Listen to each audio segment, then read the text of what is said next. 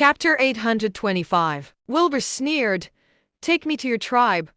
I'd like to take a look for myself. Of course, mighty lord. Right this way. Omar scrambled to his feet, waving a hand. The men boarded what remained of their vehicles before looking respectfully at Wilbur. Wilbur waved a hand, and the flame serpent swooped over. Omar and the Paro tribe let out another series of cries and worship before setting out into the forest. Wilbur rode on the flame serpent, following them from above. Not long after, the car stopped in a canyon amidst the woods and Wilbur landed as well. The canyon was surrounded by woods and mountains, with an entrance over 10 meters wide for protection. There were stray goods lying around the flat grounds of the canyon, probably stolen or robbed loot that they have yet to sell off. Wilbur looked around before turning back to Omar. In the name of the Lord of Fire Dragons, I order all of you to stand guard here until I return.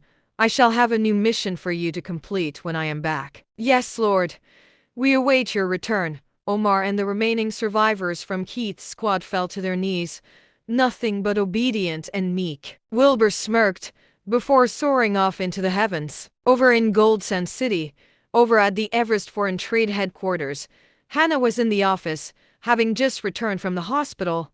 Her head was a mess. Her father's injuries were thankfully only superficial wounds and did not threaten his life. It was Herod's betrayal that had struck Hannah hard. Herod and the security team cost a hefty amount of money every year. The company had spent so much on training and tending to them, only for them to betray the company in a time of need. Hannah had never expected that to happen and was beyond heartbroken. Had it not been for that godlike man appearing at the last minute, the Toy family and Everest Foreign Trade would have been done for. Their mere thought of the man sent Hannah's mind into a frenzy. He was so handsome and powerful, and she had not been able to stop thinking about him. She would be so lucky if she could marry someone like that. Hannah was sucked into her fantasy. Just then, there was a knock on the door. Come in. It was her secretary, Miss Toya.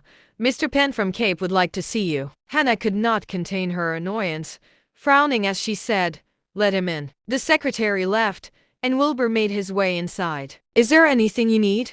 asked Hannah. Wilbur sat down on the sofa, lighting a cigarette. Hannah glared at him in disgust.